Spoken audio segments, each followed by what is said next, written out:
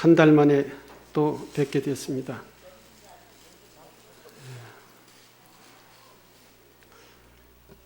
제가 신분이 좀 달라졌습니다. 지난번에는 불광사 해주라고 하는 직함으로 지금도 뭐 그 직함을 쓰고 있습니다만 종단의 포교원장을 맡아가게 돼가지고 포교원장 신분으로 좀 직함이 또 달라졌습니다. 그래서 책임감도 많이 느끼고 여러분들 앞에 서는 모습도 조금 많이 달라져야 될 것 같고 법문하는 법문의 내용도 수준이 또 많이 달라져야 되지 않을까 하는 생각을 갖고 있습니다.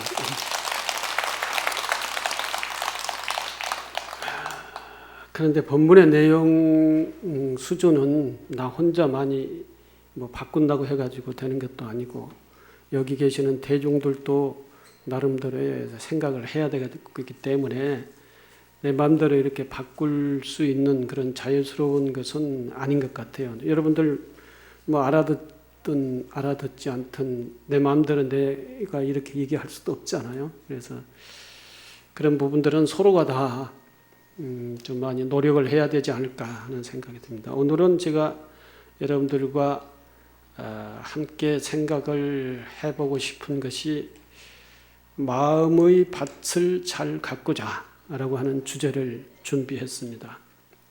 마음의 밭. 지금은 농부의 입장에서는 농사 준비를 한참 해야 될 그런 때입니다. 우리나라 그 절기로 봐서는요. 봄에 농부가 농사 준비를 한참 해야 되는 그러한 시기이기도 하고 해서 농부는 농사 준비를 해야 되고 우리 신앙인들은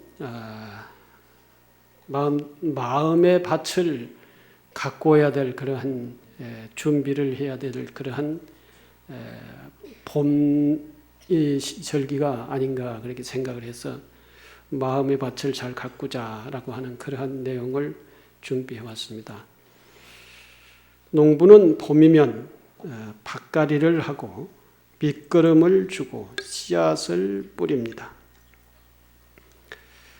그리고 농작물이 자라면 풀도 함께 자라게 되므로 잡초를 자주 뽑아주어야 합니다.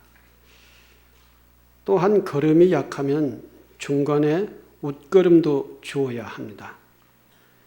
그래야 밭이 기름지고 곡식이 건강하여 병충해를 극복하는 저항력이 생기게 됩니다.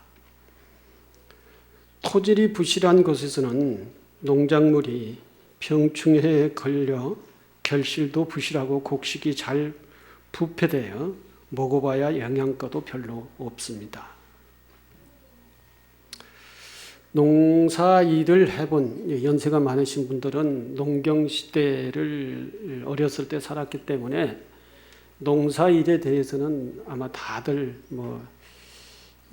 경험이 있지 않을까 생각이 됩니다.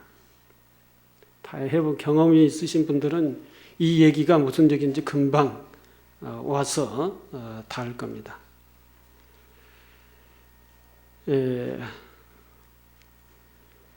농부는 봄이 되면은 농사 준비를 하죠. 그 농사 준비가 뭐냐? 농사 준비할 수 있는 농기구를 이렇게 손도 보고 어디가 있는지 찾아다 놓고 그 기구가 고장 났으면은 잘 또 고치기도 하고 이래 이제 농기구를 손보는 그러한 준비도 있지만 가장 중요한 준비는 바로 농토를 잘 다듬는 것입니다. 지금은 밭갈이, 논갈이 이렇게 이 농토를 이제 뒤엎어줘야 되는 것이죠. 뒤엎어주고 거기에 이제 거름도 이제 갖다 줘야 됩니다.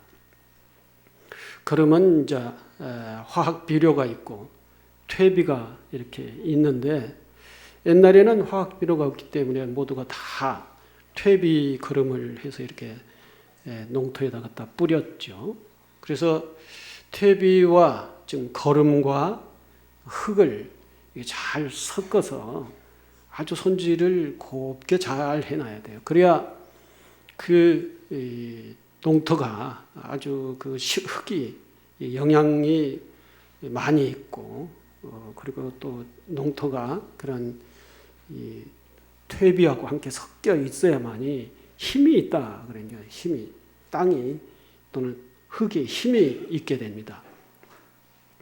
흙이 영양가가 없고 힘이 없으면은 이 농토에다가 씨앗을 뿌려도 이 씨앗이 아주 건강하게 이렇게 자라지가 못해요. 마치 이제 묵밭이라 그러는데, 묵은 밭에, 아주 잡초가 우거진 묵은 밭에다가 씨앗을 뿌려봐야 그것은 이 잡초가 우거졌기 때문에 씨앗이 자라나지도 못합니다. 잡초에 의해서 그늘이 끼어가지고, 또 영양가도 잡초가 다 흙에 있는 영양가도 다 빨아먹어버리고, 이 씨앗에 영양가가 갈 수 있는 그런 여유가 없지요. 그래서 그러한 묵은 밭에다가 씨앗을 뿌려봐야 거기에는 잡초에 의해서 다 죽어버리고, 땅에 있는 모든 기운이 잡초가 다 빨아먹기 때문에 자랄 수가 없죠. 그런데다가 씨앗을 뿌리면은 안 되듯이 잘 가꿔야 됩니다. 이게 잡초를 다 메고, 잡초를 메는 것은 농사를 짓기 전에 땅을, 이 농토를 잘 가꿀 때 잡초를 잘 제거해주고, 그리고 이제 한참 농사를 지을 때 여름에 보면은 아주 잡초가 많이 생기죠. 그때도 또 역시 곡식 나무하고 잡초하고 이렇게 잘 구분을 해서 잡초를 잘 제거를 해줘야 됩니다. 이렇게 해서 이제 씨앗을 뿌리고, 그 씨앗이 그 잡초가 제거된 상태에서 오직 이 씨앗만이 이렇게 자라야 돼요. 다른 데가 방해를 안 받아야 돼요. 그래야 그 농작물이 건강하게 자라고, 이 건강하게 자라는 농작물이 이제 나중에 자라서 결실을 많이 할 수가 있고, 또 건강하게 자란 농작물에서 이 결실이 될 때 이 곡식이 영양가가 많다는 것입니다. 영양가가 많아야 우리가 먹어도 우리에게 이제 이로운 것이지, 영양가가 없는 곡식을 먹어봐야 그건 헛배만 부르지 아무 이득이 없는 것이죠. 근데 이 영양가가 많은 곡식은 오래 두어도 보관을 이렇게 하는 데 있어서 잘 변하지가 않아요. 썩지도 않아요. 영양가가 없는 곡식은 나중에 쭉정이처럼 이렇게 생겨가지고 변합니다. 썩어버립니다. 그래서 설사 썩지 않더라도 그 곡식 가지고, 영양가가 없는 곡식 가지고 이 밥을 해 먹으면은 이게 영양가가 없으니까 우리에게 있어서 그렇게 큰 영향을 주지도 못해요. 우리 이득이 없어요. 그래서 곡식은 이 농사를 지을 때는 이 농토를 잘 기름지게 다듬고, 거기에 씨를 뿌리고 농사를 짓고, 그래야 수확도 많고, 수확된 그 곡식이 우리들에게 이 큰 영양가가 있고, 그 영양가 좋은 곡식을 먹고 생활을 해야, 살아야 우리에게 있었을 때 병이 없어요. 병이, 우리 몸에도 병이 없어요. 그러나 쭉정이 같은 그 영양가가 없는, 농토를 잘 기름지게 다루지도 않고 풀도 뽑아주지도 않고 이런 데서 자라는 곡식은 쭉정이 같은 곡식이고, 먹어도 우리들에게 있어서 큰 이득이 없으며, 그걸 먹고 자라는 우리들이 몸도 건강하지가 않습니다. 이게 몸이 영양가가 있는 곡식을 먹어야, 음식을 먹어야 이 우리 몸에도 저항력이 생겨요. 그래서 병이 없어져요. 이제 저항력이 생겼기 때문에. 그래서 이 농사라고 하는 것은 엄청 우리들이 사는 데 있어서 중요한 역할을 이제 하게 되는 것이죠. 농산일은 농작물을 기를 때만이 하는 것이 아닙니다. 오히려 씨앗을 뿌리기 전에 밭갈이를 하여 논밭에 거름을 주고 토지를 기름지게 잘 다듬어야 합니다. 잘 다듬어진 기름진 녹토가 농작물을 건강하게 자라게 하고 수확량도 많이 거둘 수 있도록 하기 때문입니다. 이건 농사 지어본 사람들은 누구나 상식적으로 다 알고 있는 것 아닙니까? 농부들은 봄에 씨앗을 뿌리고 여름의 더위 속에서 온갖 잡초와 싸우고 병충해를 방지하며 농사를 짓습니다. 그 결과 가을의 풍성한 결실을 거두게 되는 것입니다. 풍성한 가을의 결실을 앞에 둔 농부들의 마음은 행복, 즉 만족스러운 행복 그 자체입니다. 농부가 농사를 잘 지어서 곡식이 아주 튼실하게 연그러 있는 그 농토에 가면은 농부의 그 마음이라고 하는 것은 그 누구도 농부가 아닌 사람이 헤아릴 수가 없습니다. 그 농부의 그 만족스럽고 행복스러운 그 마음. 그 농부들은 그런 데에서 큰 보람과 행복을 느끼는 것이죠. 그리고 겨울에 그것을 이제 가을에 거두어서 요즘은 전부 다 이제 내다 팔아 돈으로 바꾸어 이제 생활을 하지만 그러니까 이 기본적으로는 장인의 농부가 먹을 농산물은 남겨놓고 팔지 않습니까? 근데 그 농산물을 겨울에는 이제 따뜻한 방에서 고구마니 또는 김장이니 쌀밥이니 초밥이니 이렇게 갖가지 농작물을 이제 겨울에 이렇게 먹지 않습니까? 그때의 농부들은 아주 불안하지 않고 여유스럽죠. 자기가 농사를 지어서 이렇게 쌓아놓고 농산물로서의 겨울 생활을 하기 때문에 농부의 행복은 바로 그런 데가 있는 것이죠. 우리들이 지금 와서 이제 산업사회에서 농부의 그 생활 이런 것들을 생각을 하면은 정말로 요즘 농사를 지어봐야 적자가 난다고 그러고 빚만 남는다 그러지만 어쨌든 농부는 가을에 그 만족과 행복을 느끼는 것입니다. 농사를 잘 지었을 때 행복과 만족을 느끼는 것이죠. 그런데 뿌리고 가꾼 대로 거둘 수 있는 것이 어찌 자연의 진리만이겠습니까? 농사님만이 그러겠습니까? 우리 인생도 자연의 농토와 같은 마음밭이 있습니다. 인생이라는 작물을 경작하는 마음밭을 잘 가꿀 때 인생의 평화와 행복의 나무가 자랄 수 있습니다. 마음밭을 가꾸지 않고 내버려 두면 번뇌라는 잡초가 우거지게 되는 것입니다. 그렇게 되면 우리의 삶은 한없이 번뇌에 빠져들게 되어 하루도 걱정과 근심이 떠날 날이 없게 될 것입니다. 이러한 마음에는 평화와 행복의 나무가 설 자리가 없습니다. 평화와 행복은 깨끗하고 또 자비로운 마음밭에서 자라기 때문입니다.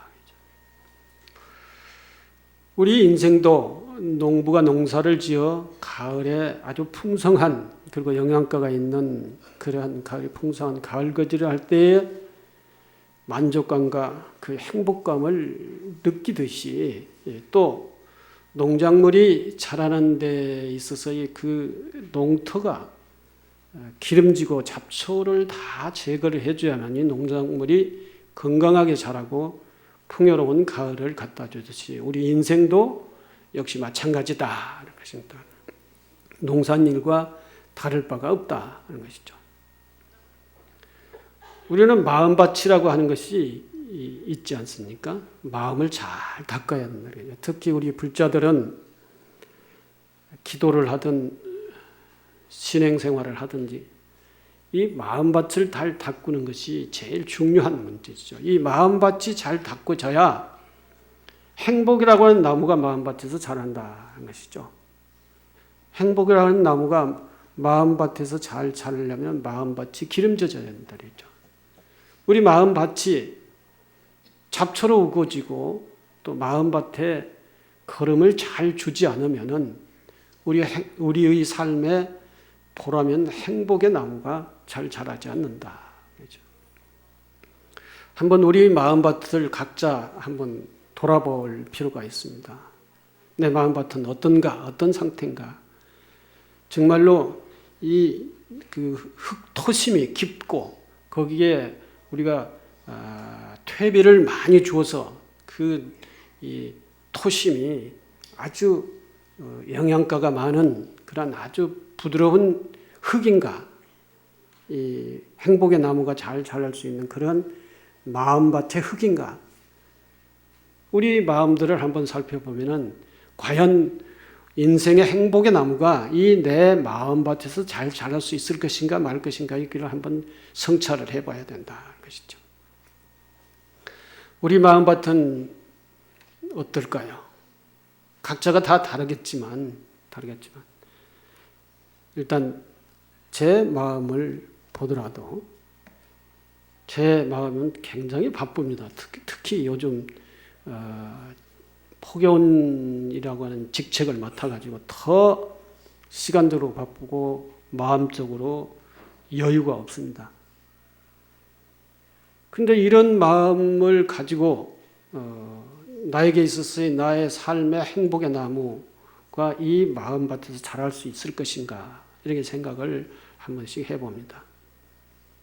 물론 내가 바쁘게 하는 일 그 자체가 나에게 있어서는 보람이 있고 가치 있고 또는 모든 우리 불교계의 포교라고 하는 이 업무를 잘 함으로 인해서 우리 불교계에 큰 이득을 끼치고 많은 사람들에게 부처님의 불심을 심어주고 이런 것이기 때문에 이 일 자체가 나에게 있어서는 행복의 나무라고 할 수가 있죠.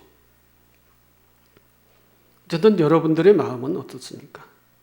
내 마음밭이 기름지다고 생각을 합니까? 아니면은 내 마음밭을 어떤 상태인지 이렇게 성찰을 해봐도 잘 모르겠습니까? 내 마음밭이 어떤 상태인가? 알겠죠? 우리의 마음밭은 첫째 청정해야 된다. 그랬어요. 청정해야 깨끗해야 된다. 그랬죠. 깨끗해야 된다는 것은 잡초가 없어야 된다는 것이죠. 우리 마음밭의 잡초는 뭐냐? 번뇌망상이다. 번뇌망상이 어떻게 해서 우리 마음밭에서 무성하게 자라고 있느냐? 잡초로서의 무성하게 우리 마음밭에서 자라고 있느냐? 왜 번뇌망상이 자라고 있느냐? 그것은 화를 잘 내기 때문에 그래요. 화를 잘 내는 이유는 어디 있느냐? 욕심이 많기 때문에 그러는 거예요. 욕심이 많아도 욕심도 좋은 욕심이면은 좋은 의지가 돼요. 보살도 욕심이 많습니다. 관세음보살, 지장보살, 문수보살, 보현보살 이런 불보살님은 욕심이 많아요. 욕심이 많은데 그것이 탐욕이 아니에요. 탐욕이 아니라 그것은 자비심이에요. 자비심. 중생을 위한 무한한 자비심이에요. 그게 의욕이라고 그랬죠. 의욕. 훌륭한 의욕이라고 그러죠. 과연 우리 마음이 그러한 불보살처럼 훌륭한 의욕, 자비심, 청정심으로 가꿔진 그러한 마음밭인가? 이걸 한번 성찰을 해봐야 된다. 이걸 자꾸 매일매일 내 마음을 되돌켜봐야 돼. 반조다 그러죠. 이제 그것을 반조. 내 마음을 비춰봐야 된다. 이거죠. 부처님의 진리의 광명으로 내 마음을 비춰보고 내 마음이 정말로 기름지고 토심이 깊은가, 마음이 깊고 기름지고 청정하고 자비스러운가, 따뜻한가. 모든 사람들이 나를 볼 때 나를 거부하고 나를 싫어하고 그런 사람인가 내가. 모든 사람들이 나를 볼 때 나를 좋아하고 나하고 함께 있고 싶어하고 그리고 늘 나를 만나고 싶은 그런 사람이 난가. 이런 것을 생각을 해볼 때 내 마음에 잡초가 있는가 없는가. 내 마음에 잡초가 있다면 내 마음에서 자라는 행복의 나무는 자랄 수가 없다는 것이 자랄 수가 없다. 거기에 잡초를 제거를 해줘야 되고 거기에 내 마음에 걸음을 북돋워 주는 거죠. 걸음을 해줘요. 걸음을 해주는 것이 어떤 것이 내 마음의 걸음을 퇴비를 주는 것이냐. 그것은 다름이 아니라 자비심입니다. 자비심. 자비심을 가질 때 내 마음에 퇴비를 주는 것이고 그 다음에 화가 나도 참는 거예요. 참을 때 그 화를 참는 인내심이 바로 내 마음을 따뜻하게 하고 내 마음을 풍요롭게 하고 기름지게 하는 거예요. 그리고 보시, 즉 나눔, 베품 이러한 마음을 가져야 내 마음이 따뜻해져. 이것이 인내, 자비심, 베푸는 나누는 마음.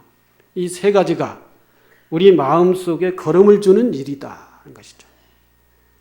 화내는 것, 욕심 많은 것, 그리고 탐, 진, 치, 이 삼독심. 탐내고, 화내고, 탐내서 욕심대로 안 되면 화내다가 보니까 이제 어리석은 마음을 치심을 내는 거죠. 어리석은 마음. 이것은 내 마음을 황폐하게 하는 역할이다. 황폐하게. 잡초가 나게 하고 내 마음의 밭이 기름지지 않고 아주 황폐한 그러한 밭으로, 농토로 그렇게 만들어버리는 일이다 하는 것이죠. 제일 그전에도 제가 화에 대해서 말씀드렸습니다만 제일 나쁜 것이 화예요. 화. 불자는 제가 조금 얼마 안 있다가는 이제 포교원에서 그런 얘기를 하게 될 겁니다. 불자란 어떤 사람이냐? 불자는 첫째, 삼보를 모셔야 되는 거예요. 법승 삼보를 마음속에 받아들이고 믿어야 돼요. 삼보를 믿어야 되고 그 다음에 오계를 받아서 지켜야 돼요. 오계를. 그것이 청정심. 그 다음에 불자는 가족에 충실해요.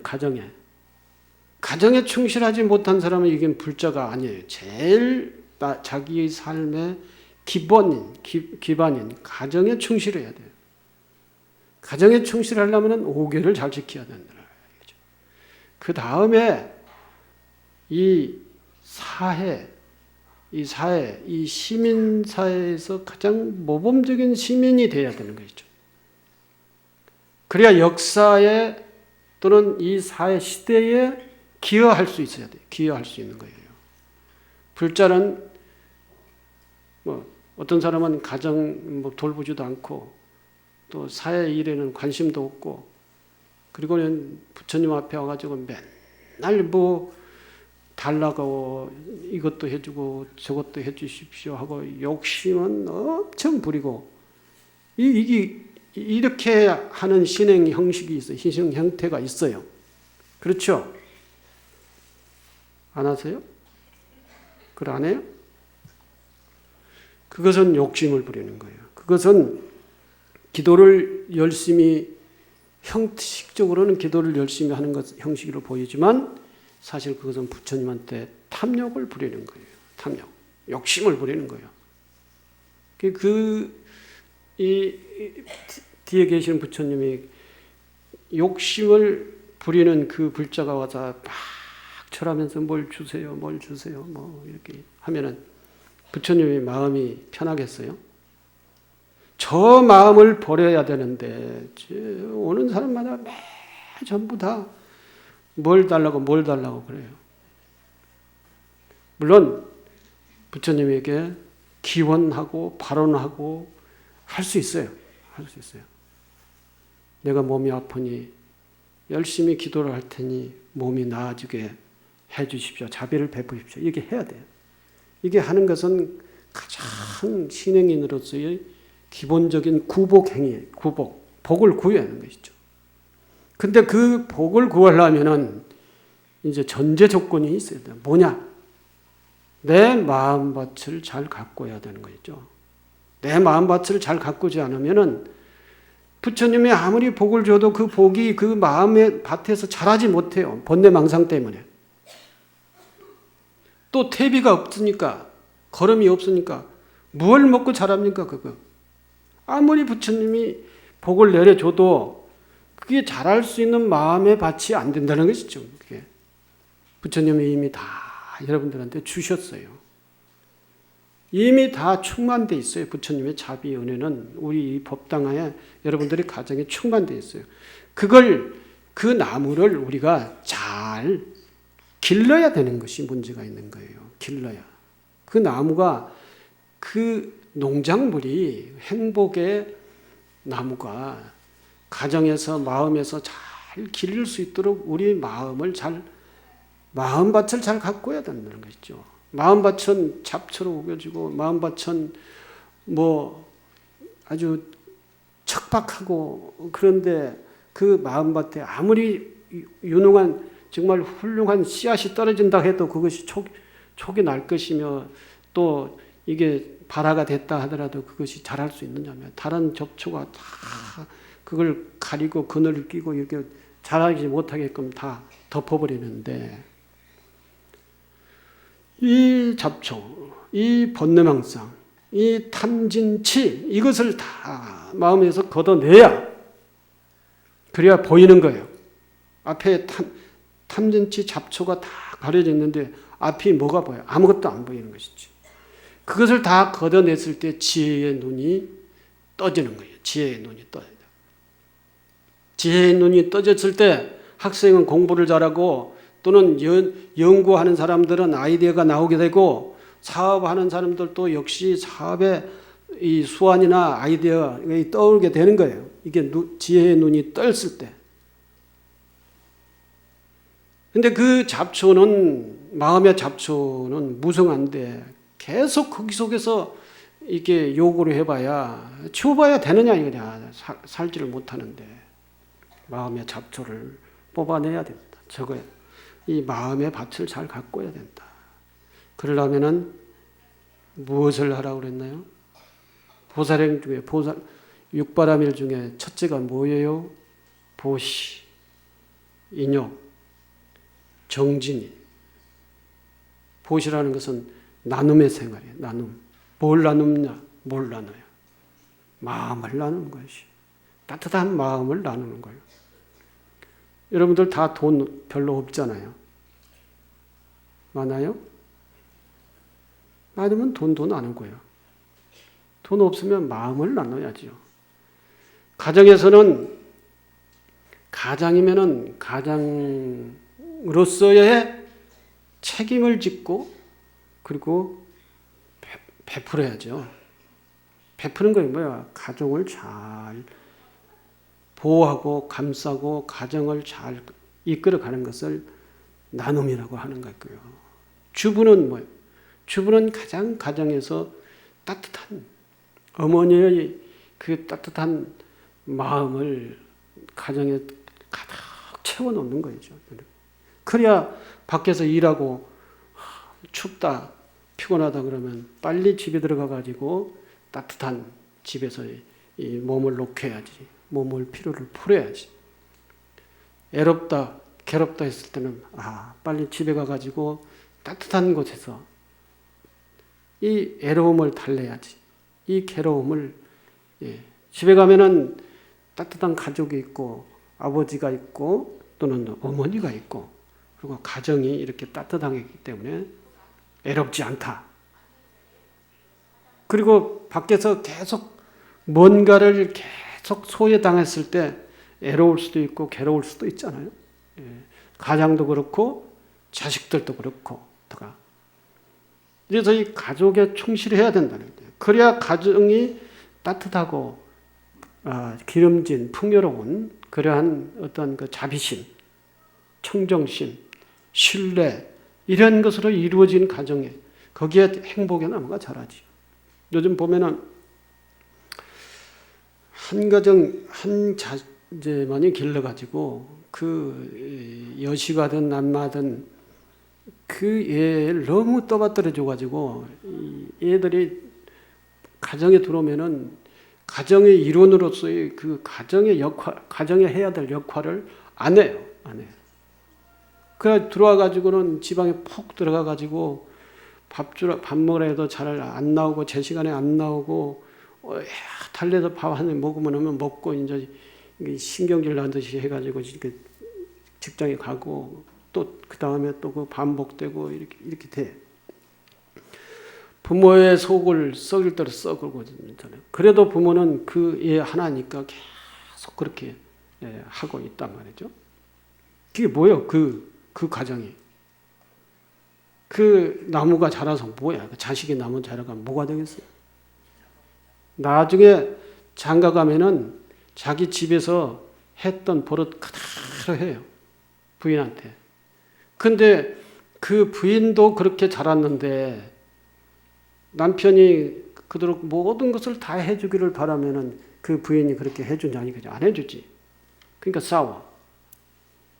싸워서 결론이 뭐예요? 이혼하자. 그래서 이혼율이 많아. 이거는 가정이 따뜻한 가정. 정말 애들이 정말로 튼튼하게 자랄고 정말 싹수 있게 자랄 수 있는 그 가정의 토양이 잘못됐다는 것입니다. 이 각 가정한테 제가 뭐라고 하는 얘기는 아닙니다. 예를 들어서 생각하자면 그렇다는 것이죠. 가정이 기름진 토양, 가정의 마음밭이 깨끗하고 그리고 나누고 그리고 정말로 인내하면서 좀 참고 이러면서 뭔가를 이렇게 서로 모아가고 만들어가는 그런 가정이 되려면은 가정에 충실해야 된다는 거죠. 자식은 자식대로 또는 주부는 주부대로 가장은 가장대로 다 이렇게 충실하면은 그 가정에서 이제 그 토양이 그만큼 기름진 토양이기 때문에 튼튼하게 자랄 수 있고 또 저항력 사회에 나가가지고 이렇게 정말로 소외당하고 뭐 하더라도 그것을 이겨낼 수 있는 그런 저항력이 생긴다는 것이죠. 이 가정에 다 이렇게 충실하다 보면 그래요. 그것이 불자의 첫 번째 조건이죠. 첫 번째 불자는 가정에 충실해야 된다. 그리고 두 번째는 이 사회에 모범적인 시민이 돼야 된다. 것이죠. 그 지역사회의 공동체에 같이 동참해야 돼요. 나는 그런 거 다 안 해. 선거도 안 하고, 다 싫어. 난 놀러 갈 거야. 이런 식으로 하고, 사회가 어떻게 흘러가든 상관없어요. 자기 개인 이기주의적으로 전부 다 흘려가지고, 이래서 개인 이기주의가 뭐야? 욕심. 그것이 잡초요. 우리 마음의 잡초라는 것이죠. 자기밖에 모르는데 다른 사람들과 나누고 있어요? 자기밖에 모르는데 자비심이 나오는 말이죠. 안 나와요. 그래서 시민으로서의 빵점이야. 시민으로서의 빵점이야. 사회인으로서의 빵점이야. 그러면 되느냐 이거냐. 그러면 불교가 뭐냐. 불교가 이 사회에서 사회의 청정수 역할을 하고 이 사회에 윤리 도덕적으로 그 모범적인 역할을 하고 해야 하려면은 불자들이 그렇게 이 사회에서 그렇게 역할을 해야 된다는 것이죠. 국가 공동체, 사회 공동체에 동참하고 그것에 리더자는 되지 못하더라도 동참자는 돼야 될 거예요. 그래야 불교가 이 사회 역할을 할 수가 있는데 이 불자들은 아무것도 모르고 관심도 없고 또 안다 하더라도 거기에 동참하기를 싫어한다는 것입니다. 이건 이 시대의 불자로서의 그것은 빵점이야. 그건 빵점. 그리고 더 기본적으로는 삼보를 믿고 삼보를 모셔야 되는데 이것도 신심이 없어. 그리고 오계를 지키고 청정한 생활, 건강한 생활을 해야 되는데 이것도 신심이 없어. 그러면 아니지, 불자가. 오계가 중요하다. 또는 부처님이 정말로 나에게 있어서는 나의 삶의 이정표고 지침이다. 이렇게 생각을 하고 늘 부처님 삼보에 대해서 애경을 해야 되는데 그런 신심도 없다. 이렇게 불자가 뭐예요?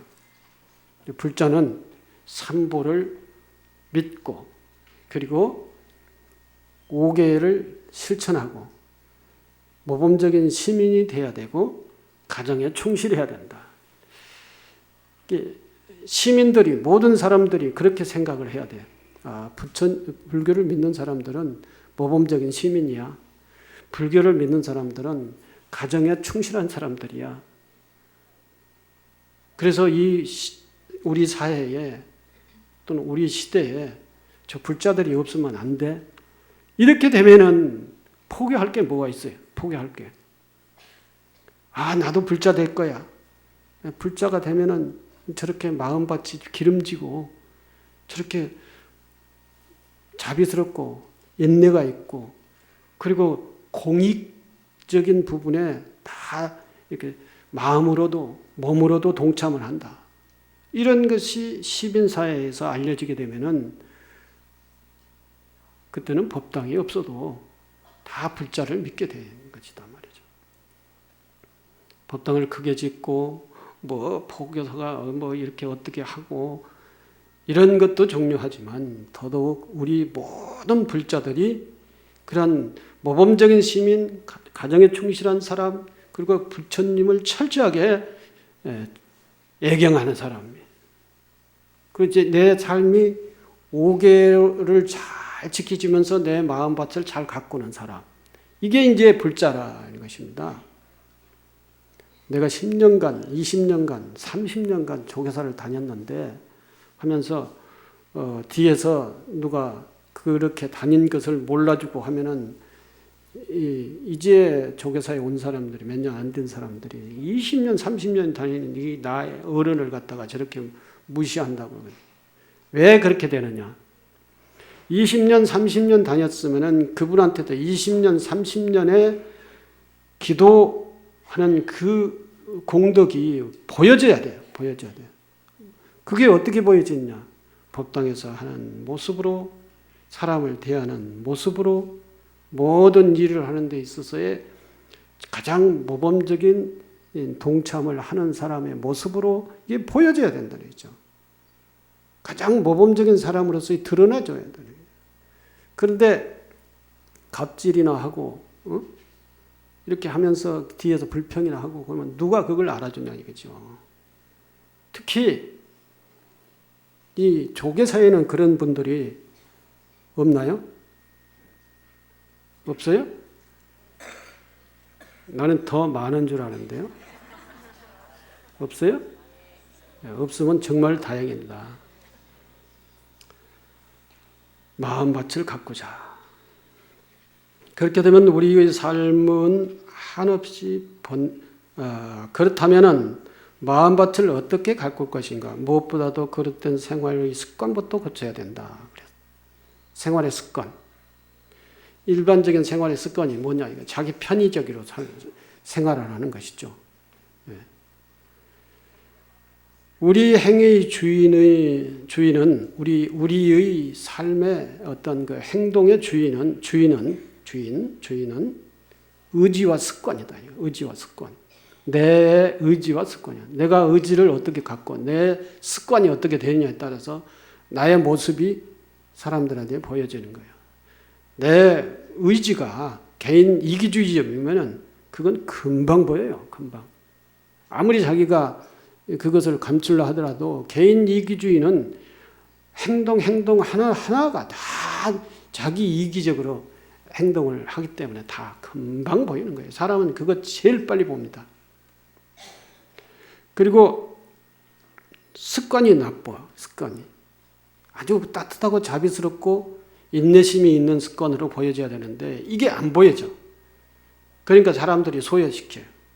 같이 하려고 하지 안 해. 이 같이 하려고 한 사람이 많으면 그 사람이 복받이에요. 그 사람이 덕이 있고 복이 있는 신뢰가 있는 사람이에요. 그래서 내 주변에 친구가 없다. 절친구가 없다. 그것은 반성해야 돼. 반성. 그러니까 나는 나만 편하면 되지 이렇게 생각하고 자기만 위해서 절에 다니는 사람 결과라는 것이죠. 습관이 잘 통되지 않으면 안 됩니다. 그릇된 습관이 우리 삶의 주인이 되면 마음이 황폐해집니다. 무자비한 행동, 태폐적인 행동, 거짓 행동 등을 고치지 않으면 또 화내는 행동, 화 잘 내는 행동 이런 것들을 고치지 않으면 인생은 고통 속으로 빠져들게 된다. 다 경험을 하셨죠? 네. 화내가지고 뒤끝이 좋을 거 하나도 없죠. 뒤끝이 이익되는 것이 하나도 없습니다. 누구한테도 화내든 어떤 상황에서도 화를 내면 그 뒤끝이 결국은 자기에게 제일 해가 돼서 돌아온다는 것이죠. 나누어야 돼요. 자비스러워야 돼요. 자비스러운 마음으로 나눔의 생활, 마음 나누기, 그리고 참아야 돼. 그래야 마음밭을 가꾸는 것이 되고, 이런 무자비한 행동, 태폐적인 행동, 거짓 행동, 그리고 화나는 것, 이런 것들을 고칠 수 있는 것이, 고치려면은 자비심을 가져야 되고, 그리고 뭔가에 사람들과 나누어야 된다. 말도 나누고, 마음도 나누고, 떡도 나누고, 이렇게 나누어야 돼. 그리고 화내지 말아야 된다. 신경질내지 말아야 돼. 남을 비평하지 말아야 돼. 흉보지 말아야 된다는 것입니다. 꼭 뒷담화 친다고 그러죠. 앞에서 무슨 뭐라고 얘기하고 뒤에서는 뒤통수 치고 이렇게 해가지고는 이 말 저 말 해서 그 자기도 이익이 되지도 않는데 꼭 이간질 시키는 이러한 습관들을 다 내려놓고 버려야 돼. 버려야 마음에 따뜻해지고 마음이 기름져지고 토심이 깊어지고 거기서 행복의 나무가 자랄 수가 있게 된다. 농부가 씨앗을 뿌리기 전에 밭가리를 하여 거름을 주고 농지를 잘 다듬은 후에 곡식을 심고 가꾸듯이 우리의 그릇된 습관을 잘 다스리려고 마음을 진실하고 자비스럽게 가꾸어야 거기에서 행복의 나무가 자라게 된다. 자비심을 갖는 것은 마음밭을 기름진 옥토로 가꾸는 것과 같고, 인생의 올바른 목표를 세우는 것은 마음밭에 좋은 농작물을 심는 것과 같다. 올바른 착한 마음 또는 정직한 마음, 이런 마음을 갖는 것은 내 마음밭에 무슨 나무를 심어야 될 것인가? 잡초를 심을 것인가? 아니면은 잡초가 아닌 행복의 나무를 심을 것인가? 이게 이런 것과 같은 것이라는 것입니다. 인생의 올바른 목표를 세우는 것은 마음밭에 좋은 작물을 심는 것과 같다. 원력을 갖는 것이죠.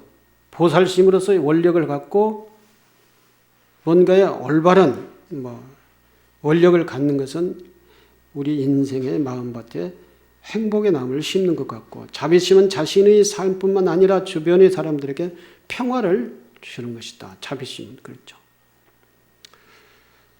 여러분들 봉사 잘 하세요? 봉사활동 안 하세요? 네. 봉사활동 안 한 사람만 여기 다 모여 계시네요. 네. 자비심을 실현하는 것은 봉사활동이에요. 절에 와서도 봉사를 하세요. 봉사는 큰 게 아닙니다. 어디 시설에 가가지고 노인들 목욕을 시켜주는 것도 봉사지만 가서 설거지를 해주는 것도 봉사예요. 우리 서울 노인복지센터 있잖아요. 거기 가서 봉사합니까? 네. 한 사람뿐이에요. 거기 가서 다 봉사를 하세요. 조를 짜서 이거 법등 있죠, 여기.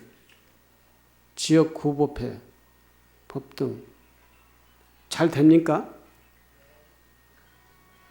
그 법등 지역별 법회를 제일 처음에 시작한 게 2000년도 중반에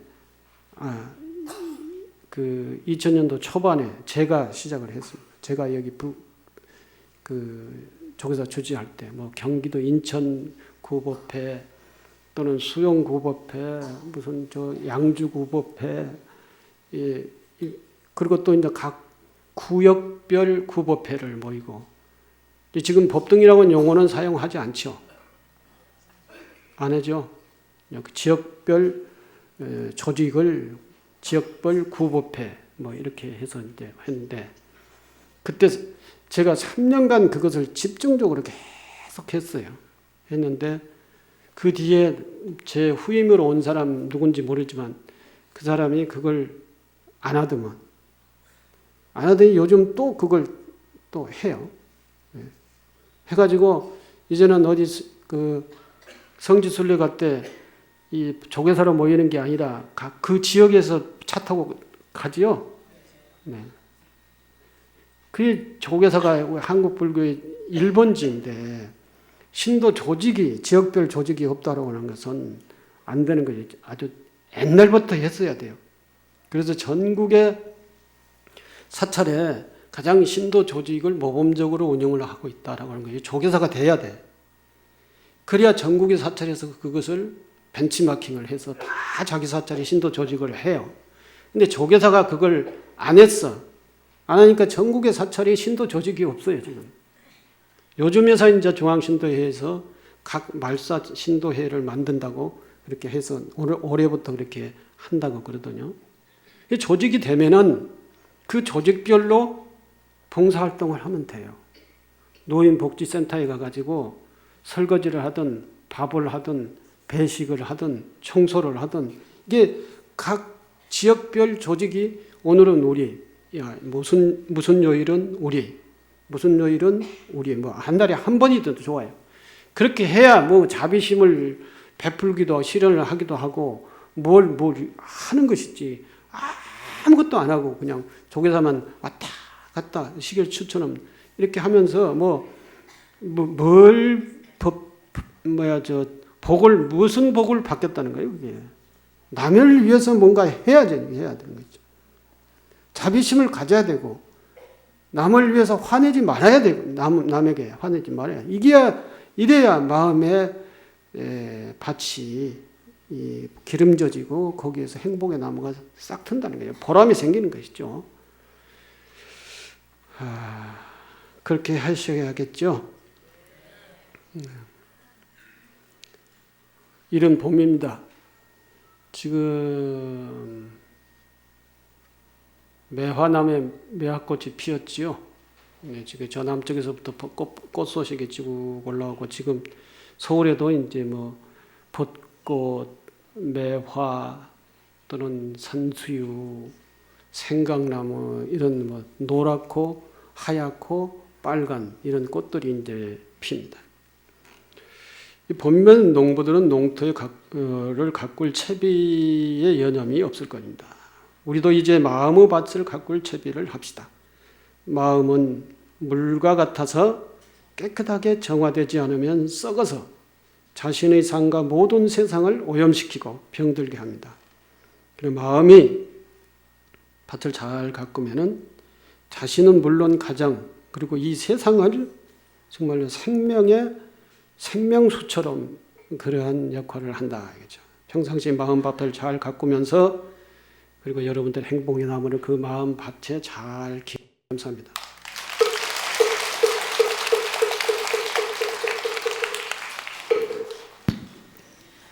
오늘 부처님의 귀한 말